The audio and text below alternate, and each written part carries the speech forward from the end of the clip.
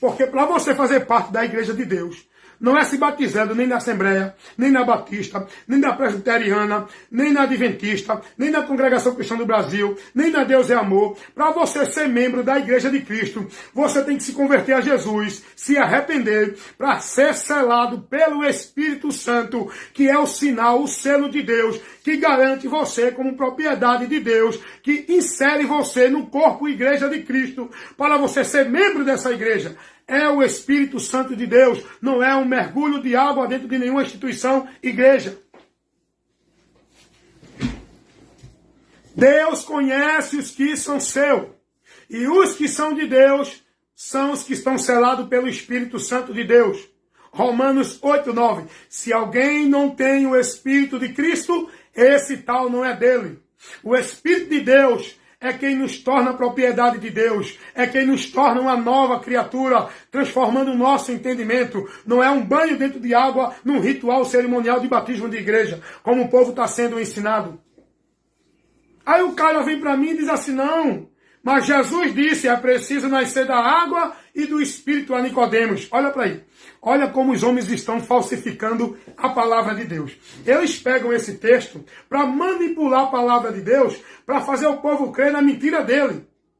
O cara veio para mim dizer que Jesus disse que só pode nascer da água e do Espírito para nascer de novo. Aí ele disse, está vendo? Tem que nascer do batismo da água na igreja, senão não nasce de novo. Eu disse, meu amigo, você está interpretando errado.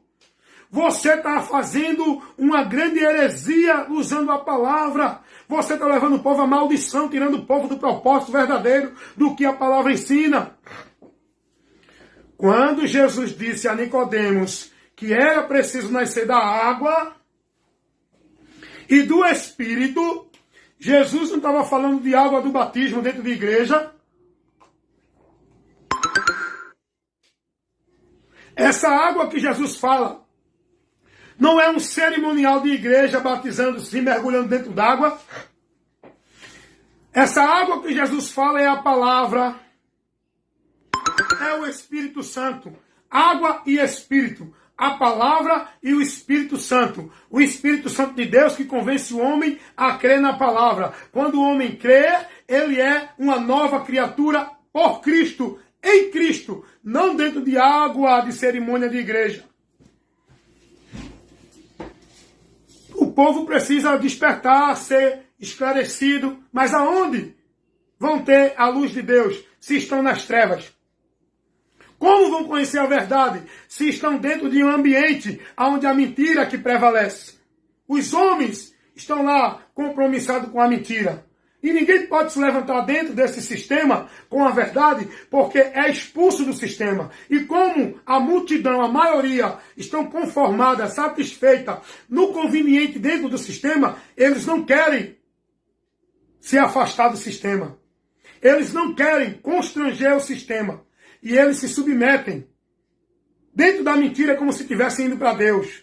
Perdido em maldição dentro do sistema. Não tem homens corajosos para contrariar o engano do sistema.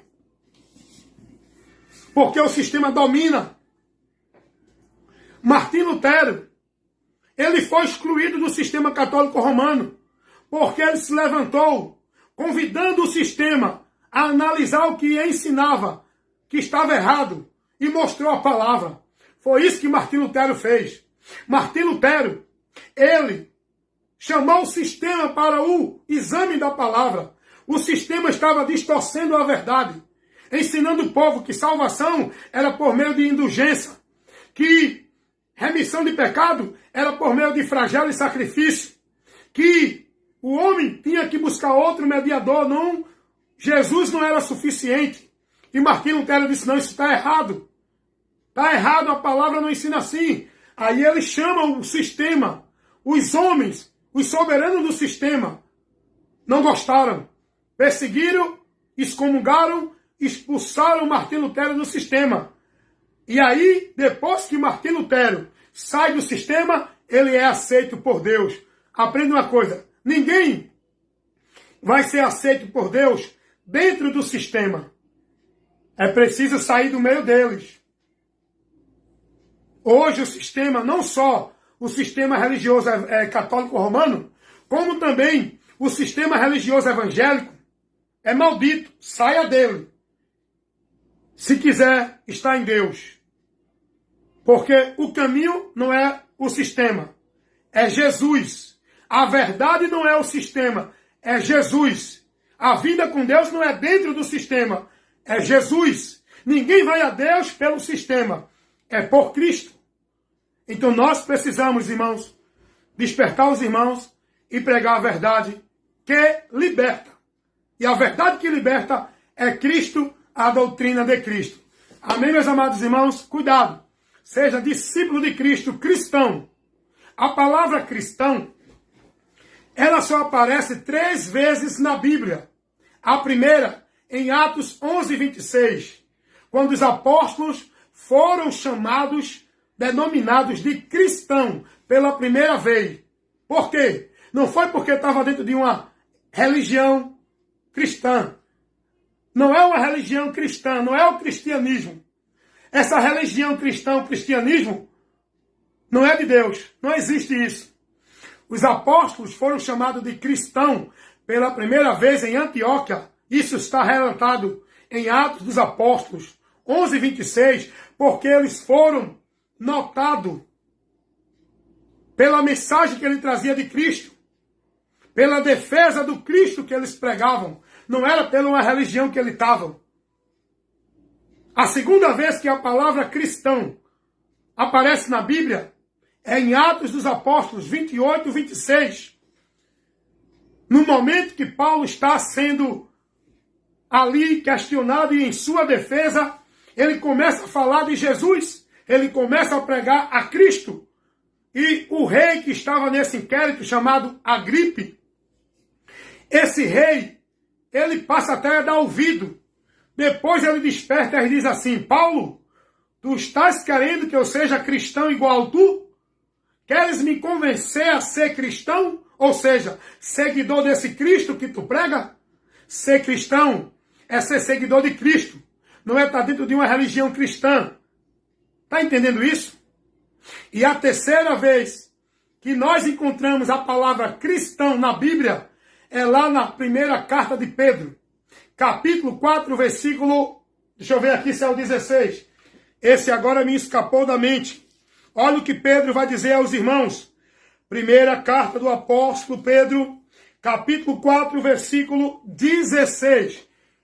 Paulo não, Pedro. Pedro vai dizer assim: mas se padece como cristão, não se envergonhe, antes glorifique a Deus nessa parte. Então, 3 vezes só, nós temos a palavra cristão na Bíblia. E a palavra cristão não é derivada de uma religião do cristianismo. A palavra cristão, ela é derivada de Cristo, que denota um seguidor, um discípulo de Cristo. Por isso que hoje eu não me denomino mais evangélico. Eu me denomino cristão, porque eu sou discípulo de Cristo. Eu não sou seguidor de uma religião evangélica. Até porque eu quero ensinar mais uma coisa para você. Eu creio no Evangelho de Cristo. E o Evangelho de Cristo não é uma religião evangélica. Jesus não mandou ninguém ser de uma religião, de uma igreja evangélica. Jesus mandou crer no Evangelho. É muito diferente eu crer no Evangelho e eu ser evangélico de uma religião, de uma igreja evangélica. Cuidado com esses termos. Cuidado com esses caminhos anátema. Porque muitos estão perdidos, mortos, com o nome de que vive. Para ter vida com Deus é preciso ouvir a palavra. É preciso crer na verdade para ser liberto. Conhecereis a verdade e a verdade vos libertará. Amém, meus amados irmãos? Então, mais um pouco de esclarecimento que eu deixo aqui para vocês. O que está em jogo aqui não é uma questão de vida religiosa, de ser mais santo do que o outro, de ser mais de Deus do que o outro. O que está em jogo na vida da humanidade é salvação ou perdição. O importante aqui, que eu quero que você entenda e conheça a verdade, é para que você seja salvo. Salvo conhecendo a verdade. salvo crendo em Cristo, salvo sendo discípulo de Cristo, para poder ter a certeza da vida eterna e quando morrer não ir a juízo. Esse é o importante da nossa vida. É por isso que temos que ser prudentes na fé. Não é para debater que a minha igreja é maior, que eu sou mais santo, que eu sou mais de Deus. Cuida de ti e da doutrina, a doutrina de Cristo. Fazendo isso, te salvarás. Salvação é uma realidade, é um fato, mas só será salvo aqueles que creem em Jesus Cristo, que perseverar até o fim e que for prudente para andar guiado, dirigido na palavra dele, para não se desviar, apostatando da fé ou sendo reprovados da fé. Cuidado! O apóstolo Paulo, ele vai advertir os irmãos na sua segunda carta aos Coríntios, capítulo 13, versículo 5, da seguinte forma: examinando-os a vós mesmos, se permaneces na palavra, na fé, ou se já não fostes reprovado. Olha a importância de você ser prudente para estar andando, perseverando no Evangelho. E mais outra advertência de Paulo, que é muito importante para os irmãos conhecer isso e aprender com a palavra que aqui está sendo levada para você, na primeira carta de Paulo aos Coríntios, capítulo 15, versículo 1 e o 2. Olha o que Paulo vai dizer, advertindo os irmãos. Paulo diz assim: irmãos, o evangelho que eu vos tenho notificado, pelo qual vocês creram, pelo qual vocês permanecem, pelo qual vocês serão salvos, se permanecer, tal como eu vos tenho ensinado. Se é que não creste em vão. Olha o que Paulo adverte os irmãos.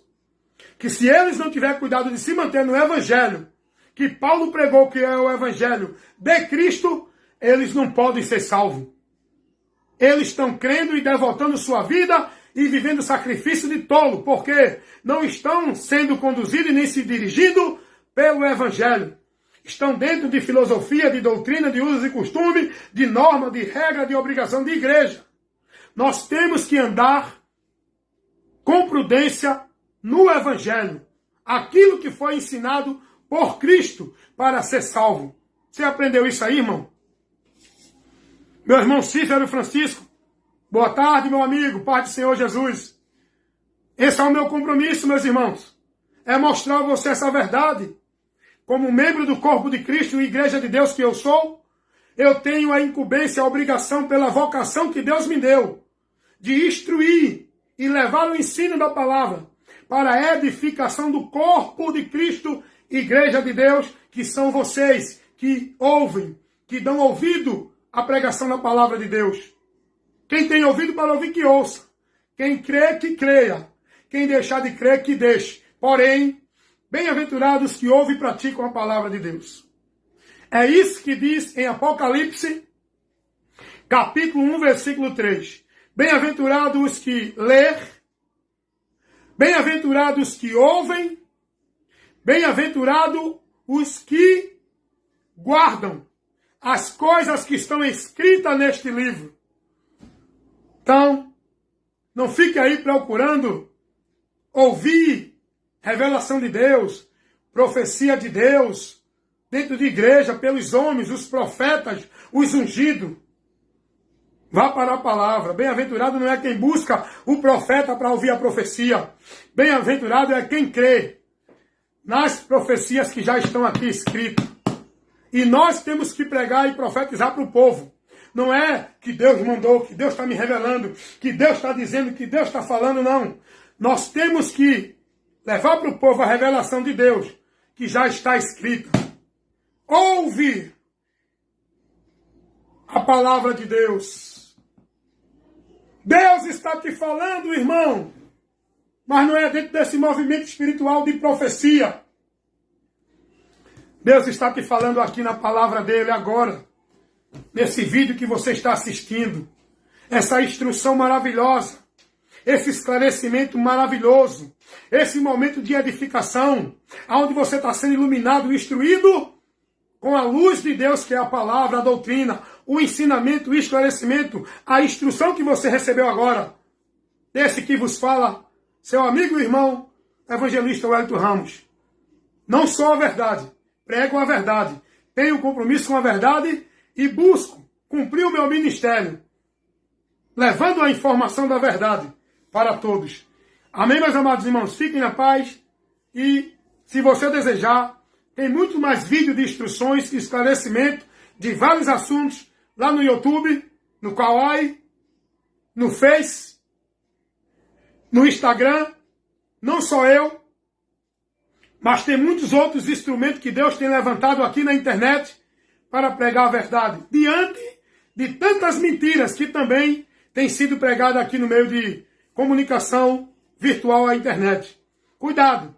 Ouvir de tudo, reter o que é bom. Seja prudente, esteja mais atento a ouvir. E analise, como Jesus disse, examinando as Escrituras para não errar. Para não errar. Amém, meus amados irmãos? Que a graça do Senhor Jesus Cristo, o amor de Deus, a comunhão e a consolação do Espírito Santo de Deus esteja com todos nós, membros do corpo de Cristo, Igreja de Deus, agora e para sempre. Amém e amém.